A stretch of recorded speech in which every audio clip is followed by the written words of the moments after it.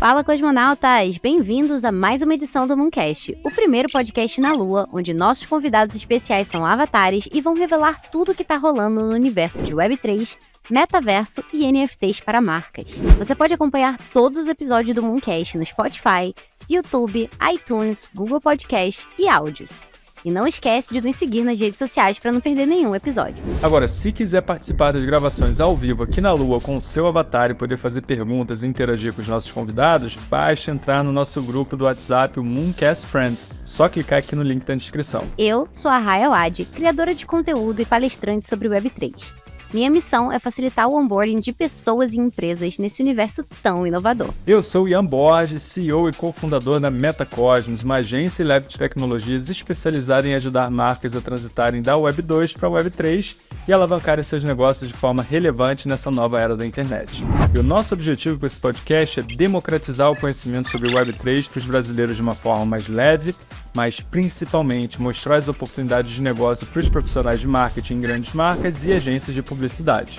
Além, é claro, de aprofundar o assunto para entusiastas do Web3, creators, empreendedores e investidores interessados em fomentar esse mercado que não para de crescer. Nessa nova temporada do Mooncast, a gente resolveu trazer os maiores nomes da Web3 no Brasil para falar sobre temas mais específicos e compartilhar suas experiências e aprendizados práticos. Lembrando que se você quiser explorar os conceitos mais básicos para iniciantes, dá uma olhada na primeira temporada do Mooncast, onde a gente falou sobre os fundamentos da Web3. E hoje temos a honra de receber a Giovana Simão e o André Panos, que vão falar sobre Creators Economy. Giovana Simão é referência no mercado Web3 no Brasil, sendo destaque pela Forbes no empreendedorismo feminino.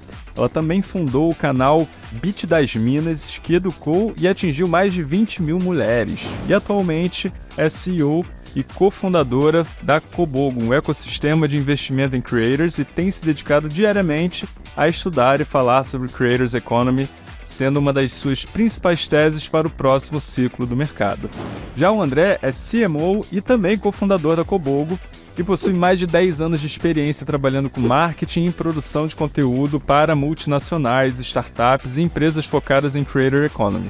Ele também fundou a Alga, agência de influenciadores digitais, onde gerenciou a carreira de mais de 40 cases de sucesso. E nessa conversa, a gente explorou um panorama geral sobre os números e tendências da Creator Economy no Brasil, quais são as principais diferenças entre os creators da Web 2 e os creators da Web 3, quais erros também a se evitar e as boas práticas que marcas devem seguir para se relacionar de forma mais estratégica com o creator e os ingredientes fundamentais também para esse creator crescer como negócio em 2023. Você vai pirar com essa conversa, então, sem mais delongas, let's fly!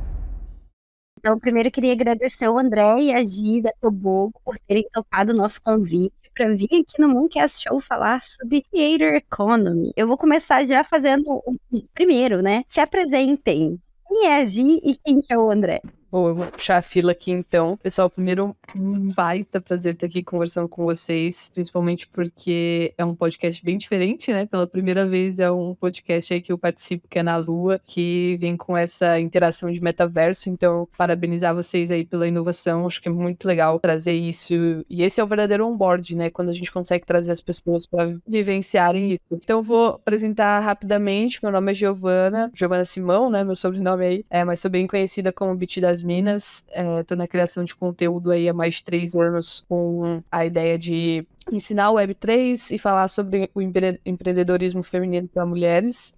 Me tornei destaque na Forbes do ano passado, né, 2022, no empreendedorismo, entre as top 5 mulheres aí que estão empreendendo na Web3. Então a minha trajetória é muito legal e muito do que a gente está construindo hoje com o Creator Economy tem com essa base, né, que eu vivi aí nesses 3 anos, e a gente hoje pretende dar uma revolucionada no mercado com o que a gente está construindo com o Kobogo, e para isso a gente tem 4 fundadores, né, que é o Rafa, o André, o Pedro e eu.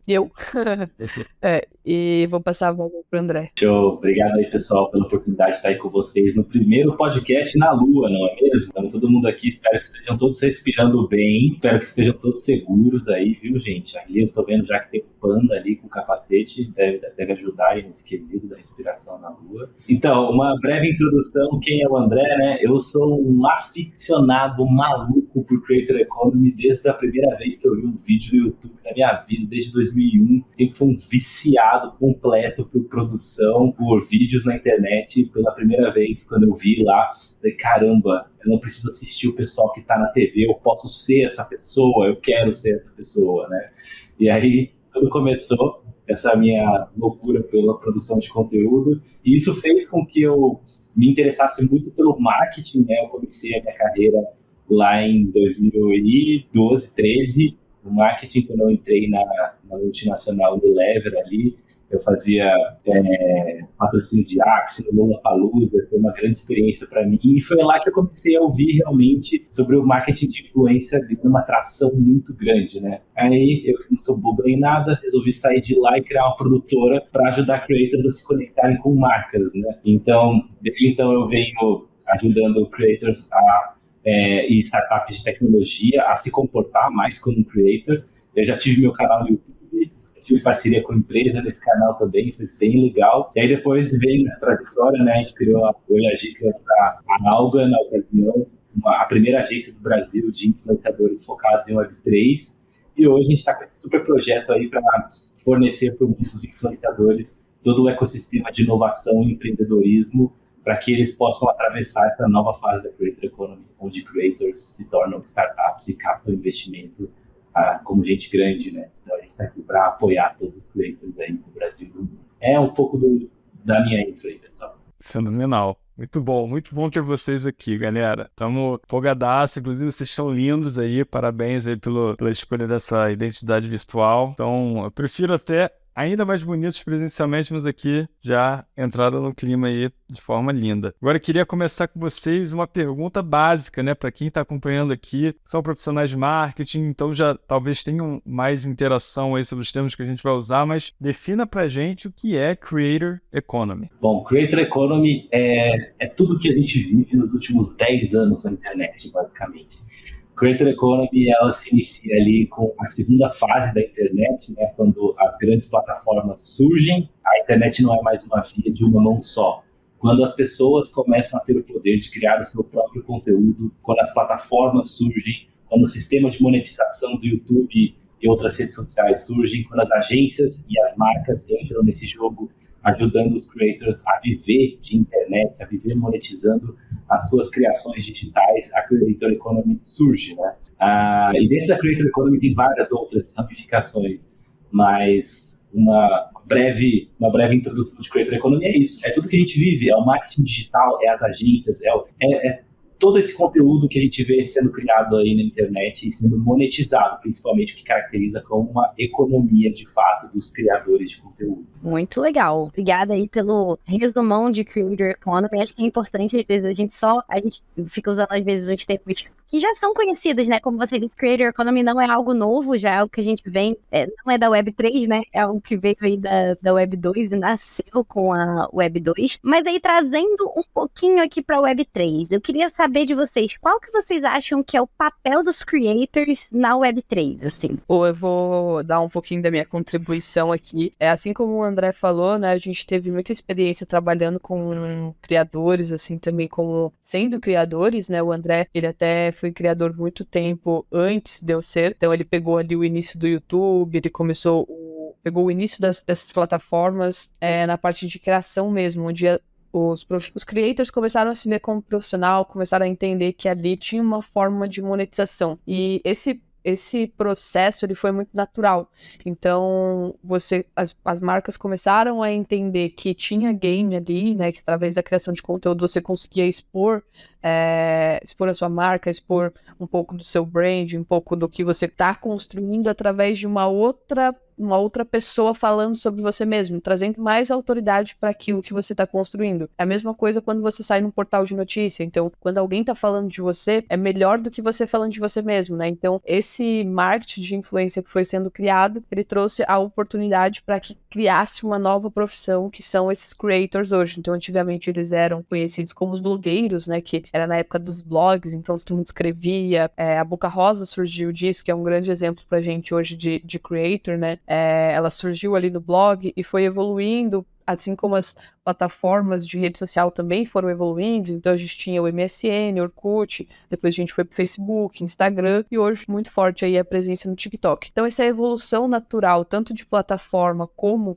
das pessoas que expunham sua ideia, que estavam ali na internet falando sobre um assunto que ela gostava, se vendo como um profissional, se vendo como opa, agora eu consigo fazer dinheiro falando na internet. E aí esse processo, né, hoje em dia, ele foi tomando forma, se tornando um canal que girava muito dinheiro, e a partir desse momento, né, acho que principalmente 2022, para essa transição que a gente está em 2023, a gente fala muito hoje sobre a usabilidade, né, sobre a interação também dos creators para a Web3. Então, a construção, principalmente, eu acho que do onboarding, né, que a gente fala que igual até comentei, muito legal que vocês estão construindo, porque hoje muito do nosso desafio em falar sobre Web3 é trazer quem nunca ouviu falar sobre Web3 a ter uma interação pela primeira vez, sem precisar baixar uma MetaMask, entender o que é Bitcoin, entender o que é esses nomes super difíceis da Web3.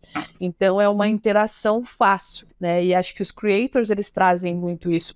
Eu acredito muito que a Web3, ela só tomou essa forma, tanto pelo nome, quanto pelas ferramentas que a gente utiliza de NFTs, de criptomoedas, elas se deram muito pela voz dos creators. Então, se você vai pesquisar hoje, estudar o que é Web3, dificilmente você vai ler um artigo. Você vai digitar no YouTube e vai entender, estudar com algum influenciador que está falando lá. Então, eu vou dar um exemplo aqui. Se eu quiser entender de jogos NFTs, eu vou digitar no YouTube e vou encontrar o canal da Rai, né? A Rai fez muito vídeo sobre jogos NFTs e eu vou aprender com ela.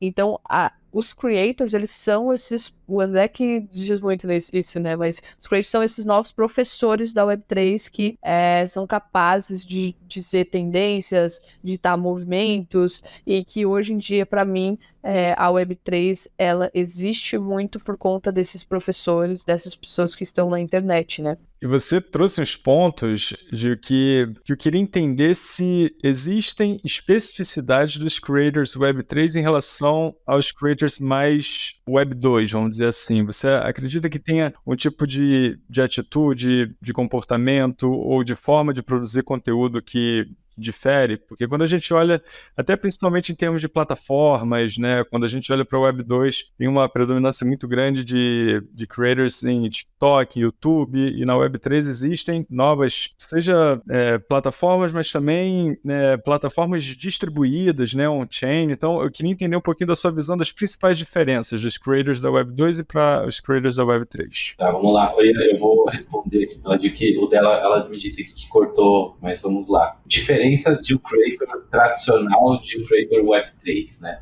A nossa experiência mostra que quando a gente trabalhou com diversos creators ali focados totalmente em Web3, primeiro que existem as diferenças de níveis de conteúdo, né? Então vocês têm os creators que são muito fundamentalistas e tem os creators que são mais avançados em seus conteúdos. Então tem os creators que são essenciais para o onboarding das pessoas na Web3, que eles falam de assuntos mais topo de funil, né? O que é blockchain, o que é Bitcoin, o que é Ethereum, como isso funciona, né?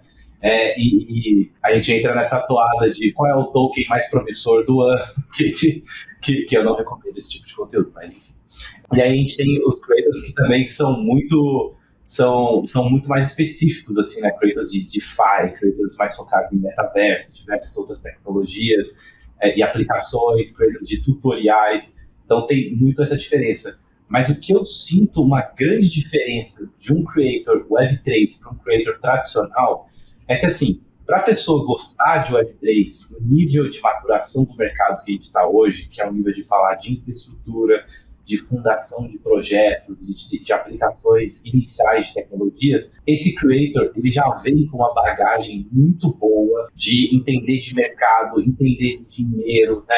Porque a Web3, como ela surgiu muito com base nas criptomoedas, né? Eu costumo dizer que as criptomoedas são um pozinho em cima de um monstro chamado Web3, que é muito mais profundo do que só olhar a volatilidade de token, né?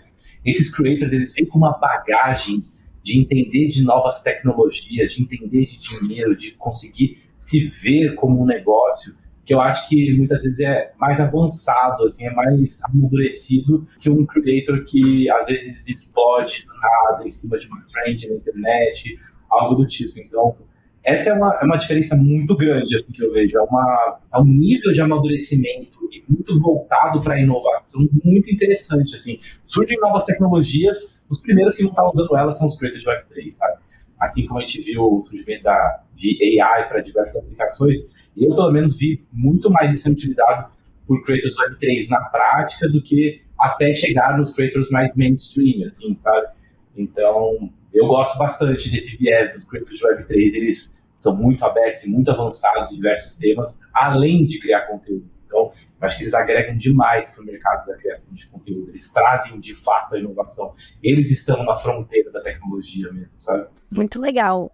E você falou um negócio de, tipo, novas tecnologias, né? Que eu acho que isso, a galera, especialmente da Web3, assim como você disse, é a galera que tá na linha de frente, né? Estudando o tempo todo, pesquisando essas novas tecnologias. E aí, falando em questão de plataformas, hoje a gente conhece várias plataformas de Web2 aí, onde a galera cria conteúdo. Tem alguma plataforma para creators nessa nova fase da Web3? Assim, alguma plataforma inovadora que saiu por aí, que a galera tá focando um pouco mais no seu conteúdo? Ou o pessoal ainda usa essas plataformas padrões de Web 2 que a gente já conhece? Vou responder aqui que parece que a gente se teletransportou para outra dimensão. Acontece.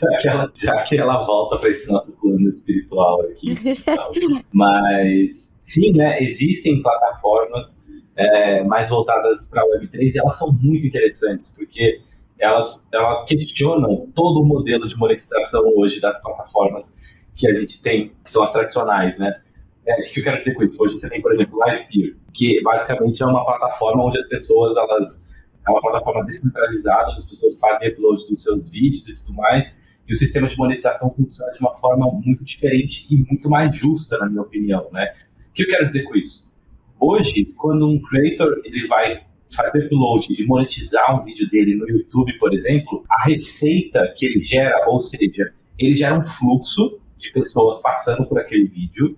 Então, as pessoas que estão assistindo, elas estão sendo impactadas por um anúncio. O anunciante está pagando uma verba para a plataforma para aquele anúncio ser exibido, né? Então, essa verba, hoje, ela é dividida da seguinte forma no YouTube. Se eu não me engano, Raiz, ele disse que tinha mudado alguma coisa nos últimos tempos, mas até onde eu sei, é 45% pro creator e 55% pro YouTube. Ou o contrário, eu não me lembro agora, mas basicamente essa equação. Então você pensa, o creator tá lá, se matando para gerar conteúdo, se esforçando pra caramba, mantendo uma consistência, agradando o algoritmo, entendendo de metadados, como fazer seu vídeo aparecer para sua audiência e tudo mais. E aí o dinheiro que ele gera para a plataforma, que é o fluxo que ele gera, que é interessante para anunciante, mais a metade dele fica com a plataforma. E por que isso acontece? Qual que é a justificativa do Google, por exemplo, que é dono do YouTube para isso? Nós temos grandes servidores para hospedar esses vídeos, esses servidores são centralizados, então existe um custo muito alto para manter esses vídeos na plataforma, logo esse custo, por causa desse custo, a gente precisa tirar mais a metade do creator para manter esse sistema todo funcionando. Agora, quando você vai para uma plataforma descentralizada, você tem vários benefícios. Um deles, uma relação direta entre o anunciante e o criador, né? Então, o dinheiro que vai para a plataforma, ele vai direto para o creator. E o usuário, que é, na verdade, o protagonista da plataforma de consumo de conteúdo, ele passa a ser remunerado. Então, existem várias soluções em plataformas de Web3 em que as pessoas são remuneradas por fazer um comentário, por assistir o vídeo, por dar um like no vídeo, por ajudar a impulsionar determinado conteúdo, coisa que hoje na Web3 os usuários não são recompensados por nada, né? quem faz o Facebook, o YouTube, todas as plataformas existirem são os usuários, acima de tudo. É claro que os creators são importantes, né? Eles estão lá produzindo conteúdo, mas quem mantém essa máquina rodando é o fluxo de pessoas consumindo. E essas pessoas hoje, na Web2, elas não são nada recompensadas. Então, essa é a grande diferença para mim das plataformas de Web3 para creators, que são descentralizadas, uma relação muito mais direta e muito mais justa, porque não tem a necessidade desses servidores, né? Os vídeos que as pessoas fazem upload nessas plataformas, eles ficam divididos, né, entre as pessoas que mantêm essa plataforma rodando. Assim como a blockchain, né, que depende de várias pessoas ali para suportar o sistema que roda e autentica as transações, né? Eu acho que isso vem muito é o centro da Web3, né? A Web3 é isso, a Web3 é descentralização, é todo mundo que faz parte daquele ecossistema, ganhar de alguma forma e ser remunerado por aquilo. E aí, só falando um pouquinho da minha experiência como creator, eu já tenho plataforma, o YouTube da Web3, né? Tem a Cos TV, que é uma plataforma onde você, quando posta vídeos, a pessoa que está assistindo, que está interagindo com aquele conteúdo, também é remunerada em tokens da plataforma, além de você também ser, porque o seu vídeo está sendo assistido. Então, todo mundo que faz parte ali daquele ecossistema acaba recebendo tokens ali daquela plataforma de alguma maneira. E aqui o próprio Mooncast, a gente coloca ele numa plataforma de Web3 também para áudios, né? É uma plataforma de Web3 para áudios.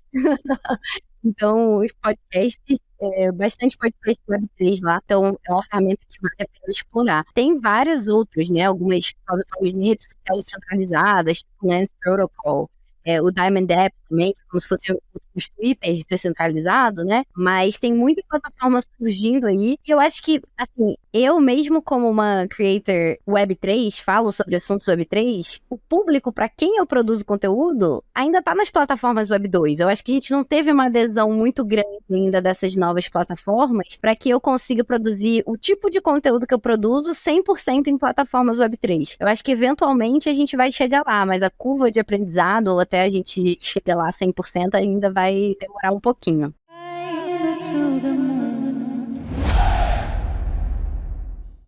E falando de crescimento também, que eu acho que é um ponto que, assim, seria legal você falar um pouquinho das métricas. Óbvio que cada creator talvez tenha um objetivo específico, né, um segmento diferente, uma proposta diferente de geração de valor, mas quais seriam as métricas principais para um creator saber que está crescendo, que está conseguindo, né, desenvolver um bom trabalho, até porque daqui a pouco eu vou fazer um link que como que as marcas podem também trabalhar com os creators, como que os creators podem, né, trabalhar, como você falou, né, de forma mais empresarial, né, em termos de geração de negócio e tal. Então vamos falar um pouquinho de métricas. O que seriam umas métricas de sucesso aí para um creator que está crescendo? Tá, a gente pode começar pelas mais triviais, né? Um creator que está crescendo, ele precisa avaliar qual que é a taxa de crescimento das visualizações dele, qual que é a taxa de engajamento. É muito importante, né?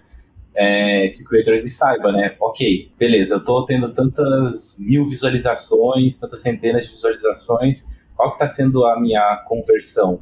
Só que isso muda muito de acordo com cada plataforma, né? Então, por exemplo, quando eu vou para o mundo do YouTube, eu consigo avaliar visualização por hora, eu consigo avaliar o número de visualizações totais por período, aí eu olho também os likes. No painel de controle do YouTube, dá para olhar qual que é a taxa de engajamento com a minha thumbnail, e isso ajuda o YouTuber a aumentar a performance dos vídeos dele, né? Então, como que ele consegue pensar na thumbnail dele para que quando ela apareça pro público, as pessoas queiram clicar, né?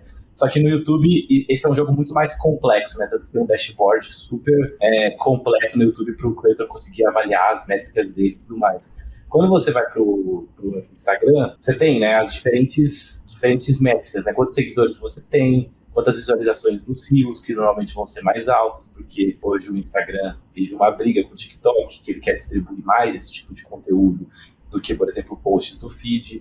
Cara, tem muitas métricas, assim, eu acho que você pode até direcionar a pergunta para o que você quer mais saber, mas normalmente é avaliar as visualizações versus a taxa de comentários, taxa de engajamento, né, e quantos seguidores a pessoa tem. Então, por isso que é muito importante, né, o creator ele não pensar assim, eu vou comprar uma conta que tem 10 mil seguidores, aí ele faz um post em 10 likes, isso é super mal visto, né, porque é isso que denuncia, assim, que de 100% da sua base, cara, se 0,5% estiver engajando com o seu conteúdo, isso é um péssimo sinal. E você também estraga o algoritmo dessa plataforma, né? Mas, de modo geral, o creator ele tem que ter ali um crescimento constante e a taxa de engajamento dele tem que acompanhar esse crescimento, né? Tem que ser, no mínimo, 10% de engajamento em relação às visualizações totais, a taxa de seguidores que ele tem, né? Mas cada plataforma é uma, né? Porque, por exemplo, no TikTok tem uma distribuição muito agressiva dos conteúdos, né? Porque o TikTok, ele ainda está sendo bonzinho com os criadores de conteúdo, distribuindo. Ele tem uma forma de atuar com o seu algoritmo que é bem diferente das outras plataformas. No Instagram o jogo é outro, você tem que brincar tanto com os reels, com o post de feed, com os stories, né? Mas basicamente é isso. Taxa de seguidores crescendo na mesma proporção que o engajamento está crescendo. E é isso. E como que o creator ele vai sacando da audiência dele, ok, quais horários funcionam mais, qual tipo de conteúdo funciona mais, qual formato de conteúdo está funcionando mais para determinado nicho. E está sempre avaliando as referências do que ele gosta, do que funciona para aquele nicho. E sempre buscando inovar também, né? Não só fazer mais do mesmo, não só fazer trend, mas o que você de fato está agregando para o seu nicho, né? Como que você consegue fazer os dois mundos coexistirem, né? A geração de valor para sua audiência e atender o algoritmo, né? Fazer trend e tudo mais para manter uma constância de crescimento. Sim, porque eu acho que o que você trouxe, cara, era justamente o que eu precisava, assim, para direcionar a galera, porque cada plataforma vai ter uma série de métricas específicas, então não dá para chegar aqui com uma regra, né, de métricas detalhadas, mas se a gente puder englobá-las, né, para um creator entender que está indo no bom caminho de crescimento, são métricas de engajamento e métricas de alcance, né? Então, quanto mais eu levo a minha mensagem para as pessoas, melhor, ou seja, mais seguidores, mais impressões, né? Mais visualizações, que é o alcance da minha mensagem, e quanto mais ela é relevante para as pessoas engajarem com ela, né? Clicarem, compartilharem, assistirem e assim por diante. Então, eu acho que são os dois grandes pilares, né, que um creator deve sempre analisar e acompanhar, né, alcance e engajamento. Agora, um outro ponto que eu queria te perguntar, principalmente olhando para 2023, é a evolução de todas essas plataformas que sempre iniciam muito gentis organicamente, né, para as pessoas, e elas começam depois a ter que fazer dinheiro, né? Ter que, né, lucrar, né? Pressão dos acionistas, e aí elas começam a se tornar plataformas de marketing, né? Vendo principalmente aí a evolução da Meta com Facebook, Instagram, que hoje em dia é muito ingrato para o creator, né? Ficar apenas na criação de conteúdo, na publicação de conteúdo orgânico. Você precisa ser um fenômeno, né? Para realmente chegar a essas taxas que você falou, de 10% de engajamento. Mas um outro caminho que eu acredito que é um caminho legal para creators que estão começando a se perceber como negócio, é ter todo esse apoio de marketing de tráfego pago, né? De mídia paga, de conseguir levar os seus conteúdos não só para a sua própria audiência, mas para pessoas parecidas com a sua audiência, nessa pegada de lookalike, de ter uma segmentação bem específica para o tipo de audiência que conecta melhor com você, engaja com você, não só para consumir o seu conteúdo, mas eventualmente para comprar produtos futuros seus também. Então eu queria que você me falasse um pouquinho da sua visão sobre o papel dessa habilidade para os creators de terem ou um parceiro ou equipe ou aprenderem a fazer, né, todo esse apoio pago, né, de promoção do seu conteúdo. O que você acha sobre isso? Tá, vamos lá, que na verdade você trouxe alguns pontos muito interessantes que devem ser levados em consideração ali, quando você começou a contextualizar. Quando você fala de alcance e engajamento, primeiro de tudo, o creator ele tem que estar sempre muito preocupado também, isso respondendo um pouco da outra pergunta, em não ser um creator só de alcance, né? Porque do que adianta um creator estar gastando ali tempo da vida dele, sendo ótimo em alcance, alcançando milhares e milhares de pessoas, se ele não tem engajamento e também se ele não tem perfil de conversão. O que eu quero dizer com isso? Um creator, hoje em dia, ele pensa em crescer o seu perfil porque ele quer fazer, muitas vezes, parceria com marcas para monetizar o seu conteúdo. Se eu coloco um produto para uma grande celebridade, por exemplo, da internet,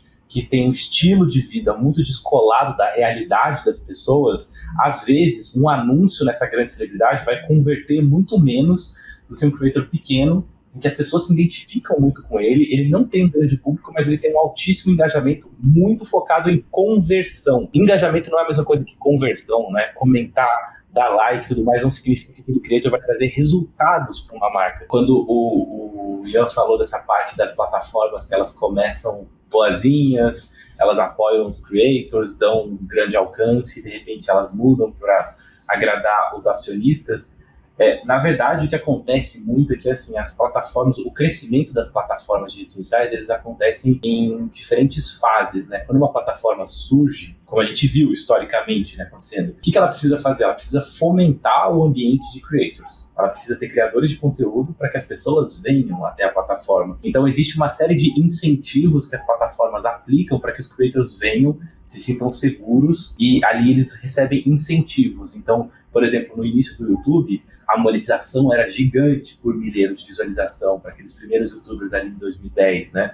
Existiam YouTube Spaces espalhados pelo Brasil, em Londres, em Nova York, espaços físicos de capacitação de creators, e de repente os creators, os que não entendem como o sistema funciona, eles se sentem largados pela plataforma, porque de repente agora eles não são mais o foco. Quem que é o foco da plataforma? É o anunciante. Porque agora que já tem creator lá dentro, já tem pessoas assistindo esses creators, agora ela precisa trazer dinheiro de marketing para essa plataforma continuar funcionando, para os creators continuarem sendo monetizados e para que as pessoas continuem assistindo, para que o jogo continue, né? Então, aí corta-se o alcance para que o anunciante pague mais dinheiro e que o creator trabalhe mais e que tenha mais pessoas assistindo e por aí vai, né? O que a gente está vendo hoje no TikTok é o YouTube de 2010. Então, pra gente que fala assim, cheguei tarde no YouTube, cheguei tarde no Instagram, então vai pro TikTok, porque a onda está começando agora e ainda está aberta, a janela está aberta para crescer. E esse jogo vai mudar nos próximos anos. O Gary Vee, inclusive, fala isso. Então,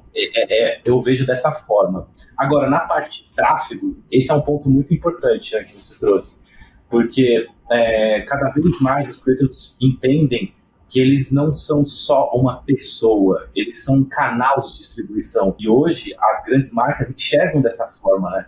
Elas enxergam valor, é claro, na pessoa do creator, mas mais valor ainda na comunidade por trás. Ou seja, o creator ele é um canal de acesso das marcas para atingir a comunidade que ele fomentou ali. Só que no alcance orgânico, naturalmente, os creators têm um alcance de mais ou menos 10% sobre a audiência total deles, né? Então a plataforma faz isso de propósito. Então um creator que tem ali seus 100 mil seguidores, vamos colocar assim um exemplo, né? A audiência orgânica que ele vai bater normalmente vai ser 10 mil seguidores, por exemplo.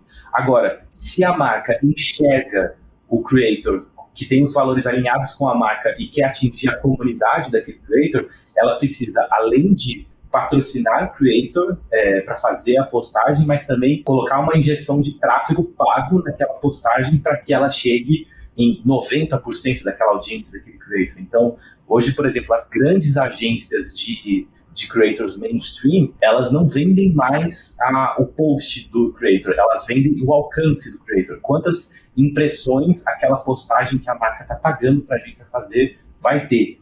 Então, ela já coloca no plano dela um incentivo de, ok, o post do creator custa tanto, mais o tráfego para você atingir 90% da audiência dele. Então, o trabalho do tráfego pago ele é essencial hoje em dia para que a marca consiga obter os resultados que ela quer quando ela vai trabalhar com creators. É super essencial. Porque você está contando com como aquele creator é único, original para criar o conteúdo, isso é super valioso, mas você tem que também investir em tráfego e ter uma máquina ali girando inteligente de como que você vai atingir essas pessoas. E aí vem toda essa parte que você falou, como entender dos públicos daquele creator depois que você atinge uma parcela inicial daquele público, como que você replica aquele público com essa ferramenta que você falou, essa feature, né? O lookalike, como que você replica esse público, uma amostra do público para criar um público mais amplo e conseguir atingir mais pessoas. Então é muito interessante essa ferramenta, assim, porque, por exemplo, uma marca, ela pode ter uma página que ela quer gerar maior conversão. Ela contrata um creator, ela faz o briefing, o creator faz a postagem e ela faz o tráfego em cima. Esse tráfego que está vindo daquela audiência, ele vai alimentar o pixel da página que a marca quer impulsionar, por exemplo, ou que ela quer que aconteça a conversão. Uma vez que o creator gerou esse tráfego de pessoas indo para aquela página, a marca consegue depois, com esse pixel alimentado, criar outros públicos parecidos e consegue fazer o seu próprio tráfego pago com base nesses outros públicos, né? Então, é um caminho.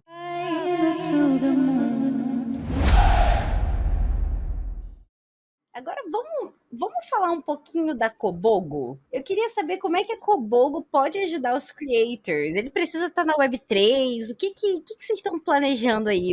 Assim, eu já conheço o projeto, sou super fã de vocês, mas queria que vocês falassem um pouquinho pro público que está ouvindo aí. O que vocês estão bolando com a Kobogo? Legal. Cara, a gente está muito animado com a Kobogo, porque, assim, é realmente o projeto das nossas vidas, né? Ele combina todo o nosso conhecimento e experiência trabalhando com creators e vendo tudo que está acontecendo nesse mercado. Então, se a gente falar, né, que a Creator ela tem 3 fases, os creators também, a Creator Economy tem 3 fases, os creators também têm 3 fases, né? A primeira fase da Creator Economy, ela acontece ali quando surgem as plataformas, depois, como eu falei anteriormente, né? Depois começa a monetização. E agora, o que é essa terceira fase? A terceira fase é quando os creators começam a se ver como empresas, começam a enxergar na sua audiência combustível para tracionar outros negócios. O que eu quero dizer com isso? Quando a gente vê a Boca Rosa, por exemplo, ela faz publicidade, ela vende outros produtos de outras marcas, mas quando a Boca Rosa resolve criar a própria marca dela e usar essa audiência dela para converter no próprio negócio dela, eu chamo isso de um Creator 3.0, né? A terceira fase da Creator Economy. A Boca Rosa não é só mais uma pessoa, ela é uma empresa agora, ela é uma marca. Então, por que a gente criou a Kobogo? Para conseguir mostrar esse caminho das pedras para que outros creators possam trilhá-lo, né? Então, a Kobogo ela é um ecossistema de investimento em creators, onde a gente tem diferentes fases desse ecossistema, né?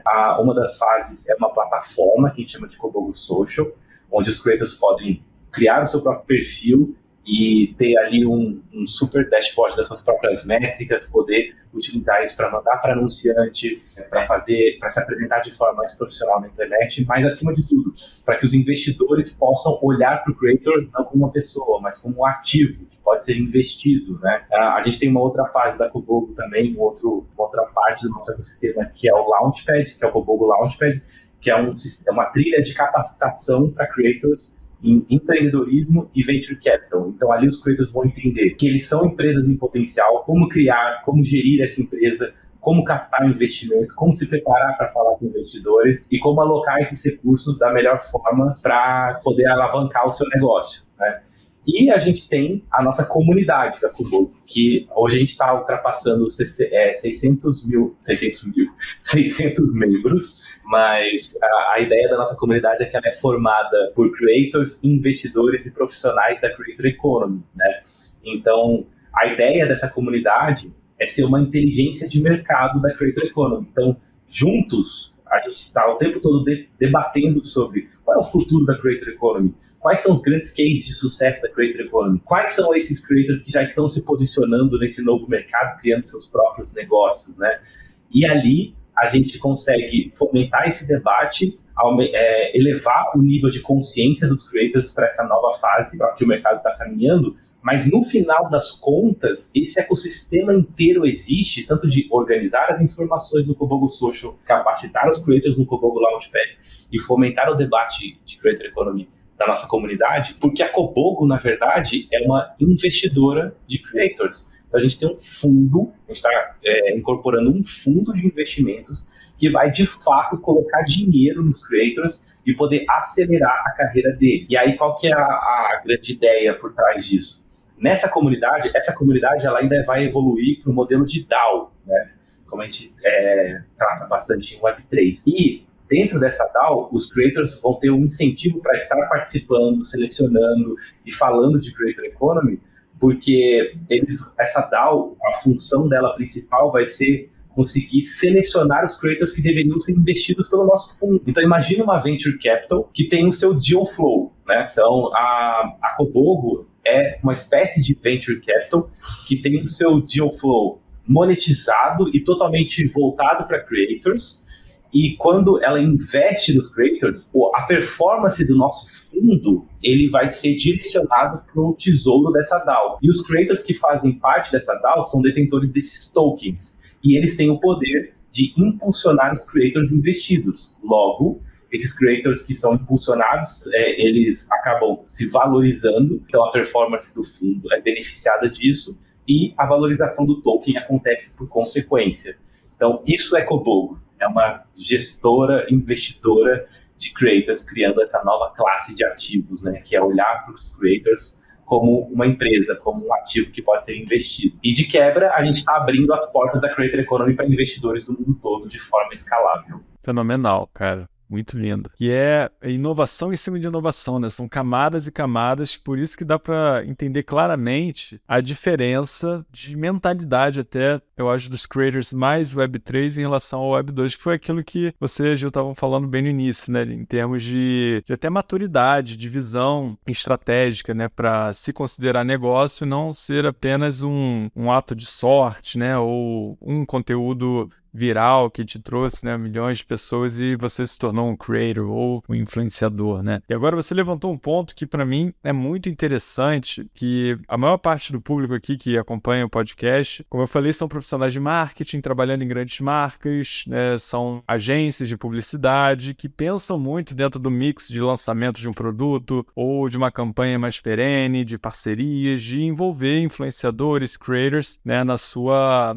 comunicação e na sua cocriação e assim por diante. Então eu queria que você falasse um pouquinho da visão de como um creator, assim, se você pudesse falar 3 coisas principais que o creator ele precisa se atentar para conseguir trabalhar de forma mais estratégica com marcas, se tornar, né, um creator mais estratégico para marcas trabalharem junto, né? E você falar um pouquinho também para o lado da marca, né? O que a marca deve olhar e como que ela deve buscar o melhor mix ou aquele creator que vai agregar mais valor para a sua marca, né? Para a sua estratégia. Então, me falar um pouquinho dos 2 lados, como que um pode gerar valor mais para o outro e trabalhar de forma estratégica. Legal, esse é um ponto muito bom. Acho que essa é a melhor pergunta para esse podcast aqui.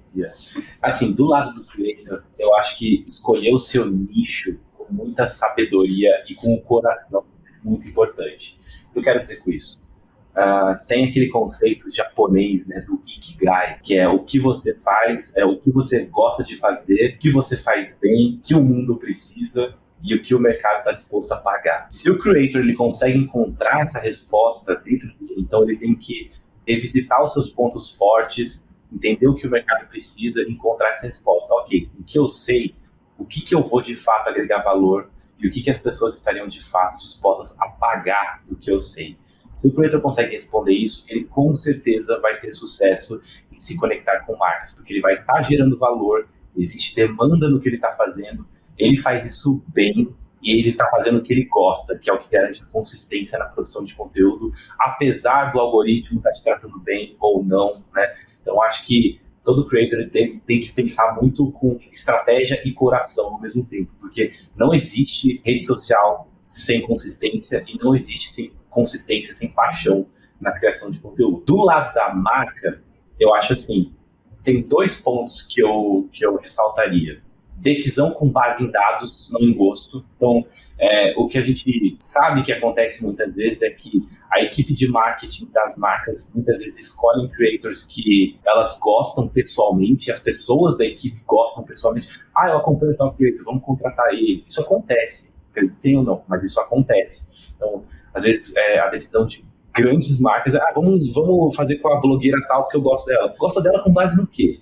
Com base em que dados? Qual é o demográfico? A minha marca, ela precisa atingir qual público? Qual creator que está batendo com esse público? Hoje a gente tem ferramentas que te dão essa resposta. Então tome suas decisões com base em dados, não em achismo e não com base em emoção. Isso é muito importante e acontece. Isso ainda pode ser melhorado. E outra coisa dê um pouco de poder para os creators. O que eu quero dizer com isso? Não adianta nada é igual você pensar numa grande empresa de tecnologia, por exemplo.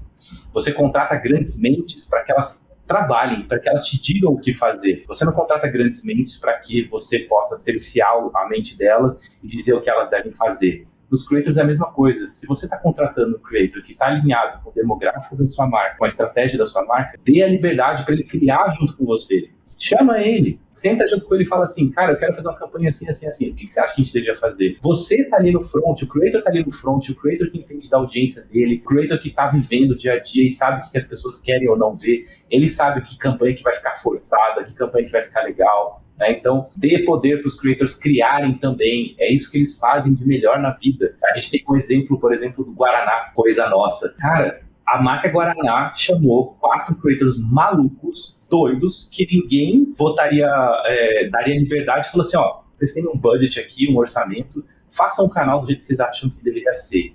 Criem a maior loucura. E, cara, o que eles fizeram? Um dos maiores cases de marketing de influência do Brasil. Eles criaram um canal que tem alto engajamento, tá super alinhado com a audiência, é jovem, é descolado, é muito engraçado. Por quê? Porque a Guaraná deu um passe, uma carta em branco para eles. Falou assim, criem. Então, é claro que tem marcas que não vão fazer nesse nível, né? Tipo, criem o que vocês acham, toma o dinheiro. Mas existem casos, inclusive, que são um dos maiores cases de sucesso. Por exemplo, a Nike foi lá, deu não sei quantos $1.000 pro Casey Neistat para ele viajar ao mundo e fazer o que ele quiser. Saiu uma das campanhas mais virais da história da Nike disso. Mas assim, a marca ela pode dar um pouco mais de liberdade e criar junto com o creator. É realmente olhar para o creator como uma autoridade daquela audiência e falar, talvez você saiba mais do que a minha agência, o que a marca precisa saber, sabe? E às vezes pode acontecer, né? E por que não? Por que não? Eles estão lá vivendo. Então, esses são os conselhos que eu daria tanto para os creators quanto para as marcas. Pô, muito bom. Tô aqui, tipo, chocada, porque eu, como creator, já passei por alguns perrengues, às vezes, de não quererem deixar eu criar e falar do meu jeito. E, assim, por mais que eu roteirize tudo que eu faço, assim, eu tenho pelo menos... Mas eu uso aquilo como um guia. Eu não fico falando exatamente aquelas palavras, né? E aí, quando a marca espera que você vire um robô, aquilo fica de uma forma tão automática que o seu público sabe que não é você por trás daquilo ali. Então, gostei pra caramba de tudo que você falou, me identifiquei super. Muito legal, Raya. Você vive muito isso, sabe isso na pele, como é. E às vezes vale o creator, às vezes, bater no peito e falar, eu acho que o briefing de vocês poderia ser assim. Ah, talvez não, talvez faça... Ah, eu faço. Vai lá e faz. E mostra. Porque às vezes a visão do creator, Raya, ela é tão criativa e tão descolada da realidade que é melhor fazer e mostrar do que contar o que vai fazer, sabe? Sim, Eu prefiro 1000 vezes. Os projetos, às vezes, que dão mais certo é onde só me passam ali mais ou menos uns talking points, vamos dizer assim, e eu faço, entrego e pronto, acabou. Mas enfim, gostei muito de tudo que você falou, André, me identifiquei super. E aí eu queria ouvir de você um pouquinho, qual que você acha que é a previsão pro mercado de creators nos próximos 3 anos, vai, vamos botar 3 anos aí. Já ia te dar de 10 anos, mas só em número. Tá, não, pode falar de 10 também, se quiser falar, tipo, curto prazo, longo prazo, vamos. Não, brincadeira, é que a gente só tem esse dado, né, de que hoje a Creator Economy é uma economia que circulam por volta de $100 bilhões e nos próximos 10 anos isso vai triplicar, então vai ser de $300 bilhões. Isso mostra o quanto a água ainda tem para rolar nesse mercado, quanto dinheiro ainda vai entrar e quantos creators ainda vão nascer, né, e começarem na internet, né? Então, essa é a visão de longo prazo. Assim, o mercado é gigante, vai crescer muito ainda. Assim, nos próximos 3 anos, o que eu posso dizer, né, do que eu já tenho visto? Eu acho que vai ser cada vez mais o império dos vídeos. A gente está vivendo uma geração muito forte agora, né, dos vídeos curtos e muito acelerados, e isso evidencia comportamento assim, neurológico das pessoas, né? A nova geração está ficando muito acostumada a consumir conteúdo muito rápido e fragmentado. Então, a gente ainda tem, claro, a prevalecência de formatos mais longos, como podcasts e tudo mais, mas o que tá pegando muito forte, né, esses conteúdos mais curtos. Mas o que eu vejo para os próximos 3 anos, eu vejo muito o impacto do que a gente quer fazer, assim, realmente, porque eu acho que os creators cada vez mais vão se ver de forma mais profissional, vão conseguir trabalhar com marcas de forma mais profissional, mas eu acho que vai acontecer, eu espero muito que vai acontecer esse movimento de cada vez mais creators se verem como marcas, criarem produtos que vão além da internet e assim, criando realmente empresas com base na sua audiência e na sua marca, na sua presença digital, né? É isso que eu vejo assim, nos próximos 3 anos, né? Uma maturação, um profissionalismo maior dos creators e cada vez mais marcas apostando muito forte em creators para humanizar a sua comunicação, que é muito importante, né? Pessoas compram de pessoas. Essa é a máxima da Creator Economy. Então, e também é bem legal também ver o movimento de pessoas com grande poder de decisão das empresas cada vez mais se posicionando na internet. Isso eu acho lindo de ver, assim, porque as marcas estão entendendo também que é legal contratar creators, mas é muito importante também para uma questão de autoridade e transparência da marca. Às vezes você tem um CEO, um CMO da marca ali se posicionando muito forte nas redes sociais, né? A gente tem eu só lembro do sobrenome dele agora, o Branco, que era o CMO do McDonald's, fazendo uma presença muito forte na internet e se tornando realmente uma referência. E ele consegue transpor essa referência que ele criou na marca pessoal dele para o McDonald's e vice-versa, né? É isso que eu enxergo, assim, profissionalismo dos creators, marcas apostando cada vez mais nos creators e pessoas com grande poder de decisão nas empresas também presente cada vez mais na internet, seja pelo LinkedIn ou outras redes sociais, mas eu vejo dessa forma. E também, talvez, um super protagonismo do TikTok em relação ao Instagram. Estamos ansiosos para ver, talvez, o que vai acontecer com essa troca de poderes, né, dos Estados Unidos para a China, que já está acontecendo economicamente no cenário macro, mas que pode acontecer cada vez mais forte na questão das redes sociais. Né? E isso pode mudar realmente uma equação global, porque a gente vive um império ocidental na internet, né? Um império americano na internet. E cada vez mais a gente tem K-pop surgindo aí, grandes outras referências asiáticas vindo para o Ocidente. Então, é mais ou menos isso que eu enxergo para o futuro da Creator Economy. Tops. Cara, eu fiquei bem inspirado pelas suas visões, concordo com todas elas e tem 2 provocações aqui que eu queria muito, e até perguntando para Rai também, como creator, tá? Para você, André e Rai, queria ouvir a visão de vocês e eu acho que a gente pode ir indo pro final, pra conclusão. Mas, cara, falando de futuro, falando de previsões, uns movimentos que eu tô vendo agora que ainda são pequenos, mas que não consigo tirar da minha cabeça que não vai se tornar uma coisa muito grande também. Não sei se é em 5, 10 anos, mas são 2 tendências que eu tô observando. Uma, dessa questão da avatarização do creator, e quando eu falo avatarização, né, não só criar meu avatar 3D, blá blá, não é isso. É no sentido de eu criar creators 100% modeláveis em função da narrativa da minha marca, estilo Magalu, né, da vida, né, eu acho que é o principal case, mas a gente vê artistas também, quando você vai para a Ásia, existem cantores, né, existem pessoas creators que você não sabe quem está por detrás, né, tem o caso que a Rai vai poder falar um pouco melhor também sobre creators distribuídos, né, o creator distribuído, né, descentralizado. Então, cara, isso eu acho que vai ser uma maluquice que a gente vai ver cada vez mais formatos nesse sentido. E para a marca, cara, imagina você ter uma equipe de storytellers por detrás escrevendo exatamente aquilo que, né, você quer contar como história. E a segunda provocação é AI entrando no meio disso tudo, né, cara? Porque quando eu olho, hoje eu já tô aqui com uma célula dentro da Metacosmos de uma equipe de AI Content Production, que é a galera mexendo, pilotando o ChatGPT para criação dos scripts. Depois eu venho com Midjourney, Stable Diffusion, DALL-E para a criação das imagens. Aí a gente cria artigos, a gente cria vídeos, porque esses scripts eu boto uma outra ferramenta de AI para produzir a voz, o outro junta com as imagens no vídeo, sabe? A gente tá criando esses workflows, cara, e tá tendo um conteúdo bem legal e vai ser um salto exponencial, né, para a qualidade desses conteúdos, onde eu acredito muito nessa visão do centauro, né, que não é o homem contra a AI, mas é o homem mais a AI produzindo coisas incríveis, o homem pilotando a AI com criatividade, com estratégia e tal. Então, assim, falei um monte de coisa, mas se eu puder resumir, que eu queria ouvir a visão de vocês. Essa questão da avatarização e a questão do AI nessas tendências aí para Creator Economy. Eu ia brincar que eu trouxe previsões tão pé no chão, assim, eu esqueci completamente que a gente tá num podcast focado e totalmente em Web3, aí a gente pode falar dessa parte que explode a cabeça da galera, né? Porque a gente tá acostumado a falar com investidores e creators Web2, mas tem tanta coisa que a gente começa a falar aqui, que é isso aí, cara. Eu acho que é a exponencialidade, né, de conseguir criar conteúdo como nunca. Não existe mais a desculpa de falar que eu não tenho tempo para produzir conteúdo. Cara, você tem um mega estagiário do seu lado, roteirista, SEO, especialista em SEO. Tem vários pontos, né, que a gente pode falar quando a gente vai puxando para a Web3, né?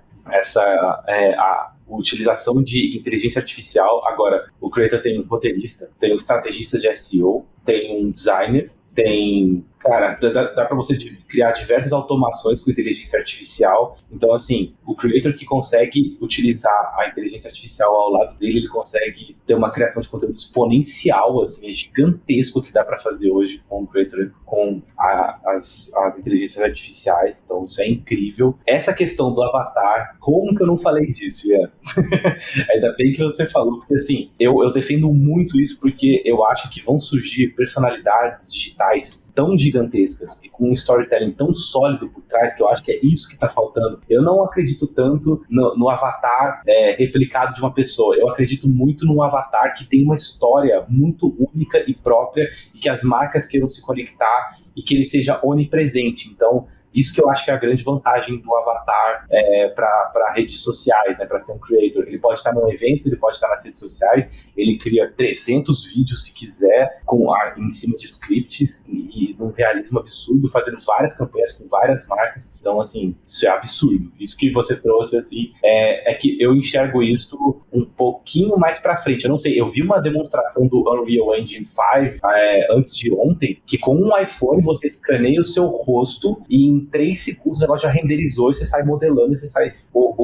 A grande dificuldade do avatar era que você precisava ter uma equipe gigantesca de 3D e caríssima por trás. E eu acho que isso vai cair por terra em breve também. Isso vai viabilizar muita coisa, mas sensacional. Tem muito disso também no futuro da Creator Economy. Eu tava sendo bem pé no chão. É que a gente aqui tá na lua, né? A gente tem que ir um pouquinho agora. E falando um pouquinho sobre personas descentralizadas, né, que o Ian mencionou, eu tô trabalhando no primeiro projeto de um influencer descentralizado do mundo. A gente tem aí alguns exemplos de personas descentralizadas, mas que são geridas às vezes por uma empresa ou por um fundo. Nesse caso, a gente tá criando uma DAO ali, formada por diversas pessoas, e a gente está conseguindo fazer coisas que, se fosse um influencer, não conseguiria fazer e ter a constância que essa persona tá tendo, que é o BR Punk. O BR Punk, a gente tá criando meio que uma persona especialista em Web3. Dentro da comunidade, a gente tem diversas pessoas que entendem de níveis diferentes de Web3, mas para você fazer parte da comunidade, você não precisa só criar conteúdo, né? Porque quando você submete conteúdo ali pelo BR Punk, tem uma curadoria lá dentro que analisa aquele conteúdo, e se o seu conteúdo for aprovado, ele é postado no Twitter e você recebe tokens por fazer aquilo, né? Só que tem outras formas de você contribuir. Eu, por exemplo, já participei de alguns painéis em eventos presenciais, representando o BR Punk. Eu já dei aula na SMAF, que é a Escola de Magistratura do Paraná, representando o BR Punk. O BR Punk tá fazendo curadoria de vários eventos de Web3 aí. Então a gente tá fazendo curadoria do NFT Brasil, tá fazendo curadoria do Blockchain São Paulo, Blockchain Rio, e tudo isso porque tem uma comunidade trabalhando por trás dessa persona, né? Ele se vende como BR Punk, mas tem ali diversas pessoas, mais de 100 pessoas no Discord, mas que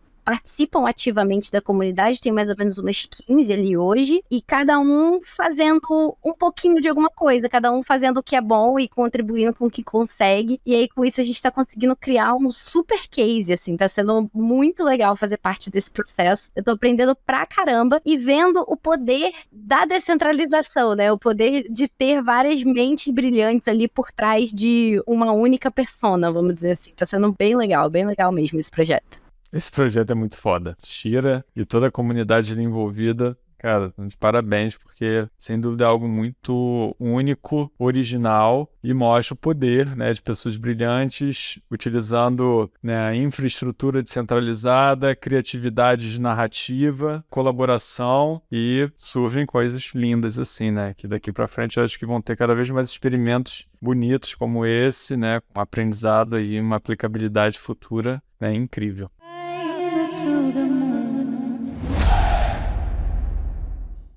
Cara, muito bom. André, espírito da Agi. Cara, foi fenomenal estar aqui com vocês hoje. Aprendi muito, obrigado pela oportunidade. Eu acho que agora no final é legal também falar para a galera que quiser conhecer mais do trabalho de vocês, acompanhar vocês, onde que vocês direcionariam aí a galera. Tá, vamos lá. Meu perfil você pode achar em andré.panos, 2 N's, sim, panos, de panos, toalhas, guardanapos, vocês me acham lá, andré.panos com 2 N's. O da Agi é @bitdasminas em todas as redes sociais, super referência aí no mundo cripto e no mundo da Creator Economy, é claro. O perfil da Kobogo vocês acham por @KobogoBR, que esse é o perfil da Kobogo do Brasil, que nós ainda seremos globais. E também tem a nossa super comunidade, né? Que está no WhatsApp. Você pode entrar no site kobogo.io ou kobogo.io. Na internet ali tem o link do nosso site e dá para ver a comunidade ali para entrar. É gratuito, é aberto a todos que quiserem participar. E é isso, pessoal. Fica aí o convite para a nossa comunidade e muito, muito, muito obrigado pela participação. Tá muito incrível essa iniciativa de vocês. Achei super criativo, funcionou super bem. É isso, pessoal. Muito obrigado mesmo. Obrigada, André. Obrigada, Gi, por participarem aqui, toparem esse convite de participar do nosso podcast na Lua. A Gi, eu acho que ela deu um pulo meio alto aqui, saiu de órbita para outro planeta. Ela entrou num portal aí, sabe? E foi parar no metaverso. Acontece nas melhores galáxias.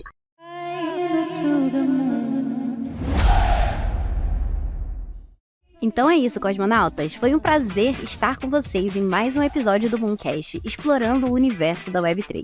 Se você curtiu o tema de hoje, lembre-se de conferir os outros episódios do nosso podcast e compartilhe esse link agora com pelo menos mais uma pessoa que você acredita que vai gerar valor. E se você quiser participar das gravações aqui ao vivo na Lua com o seu avatar e ter a chance de fazer perguntas e interagir com os nossos convidados especiais, basta entrar no nosso grupo do WhatsApp, o Mooncast Friends. Só clicar aqui no link na descrição.